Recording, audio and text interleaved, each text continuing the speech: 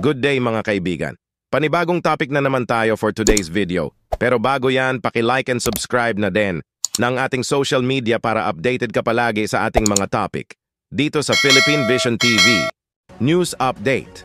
Pinasinungalingan na naman si discredited ex-PDEA agent Jonathan Morales matapos sabihin ni dating Executive Secretary Paquito Ochoa Jr. na di niya kailanman nakita ang anumang illegal drug report mula kay Morales.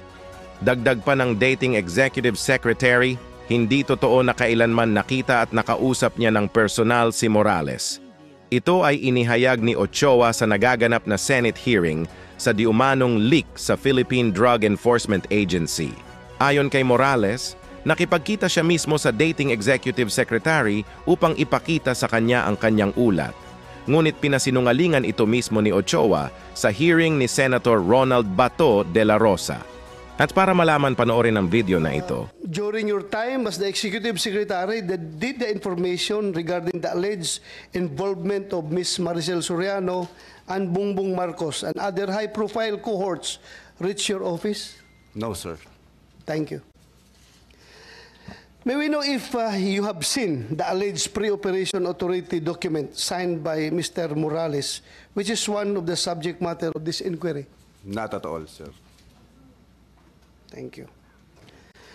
During our first hearing, Mr. Morales claimed that you commanded ASIC Gadapan and the PDEA to stop the operation against Ms. Maricel Soriano and Bongbong Marcos and other high-profile cohorts and disregard the request for pre-operation authority.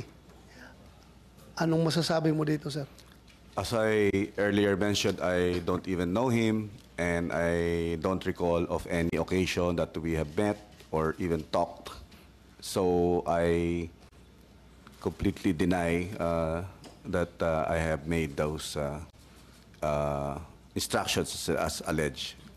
Ikaw na nanonood ngayon, anong masasabi mo'y comments mo na dyan hanggang sa muli? Ako sa Philippine Vision TV nagbabalita mula sa Pilipinas. Thank you.